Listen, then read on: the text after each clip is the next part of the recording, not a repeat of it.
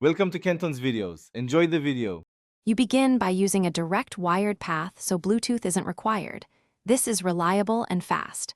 First, plug the controller into the PC with the appropriate USB cable, then power the controller if needed.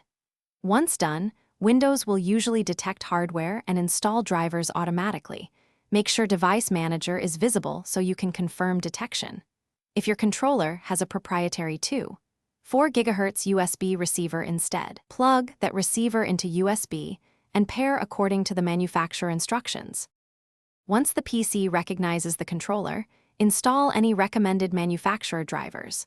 For PlayStation controllers, you may use DS4 Windows to expose X input, and for Xbox controllers, Windows usually provides native support. Next, open Steam Big Picture or control panel devices and printers, game controllers to verify button mappings, and run calibration if sticks feel off. Make sure the controller is presented as an X input device when possible, because most games expect that.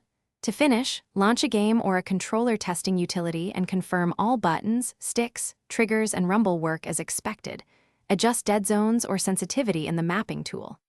If the controller fails to show up, first swap the USB port or cable, then uninstall and reinstall drivers while the device is unplugged, and plug it back in on reboot.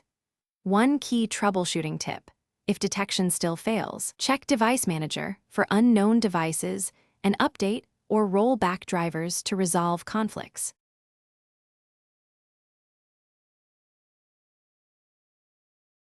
Thanks for watching. Consider subscribing if we helped you.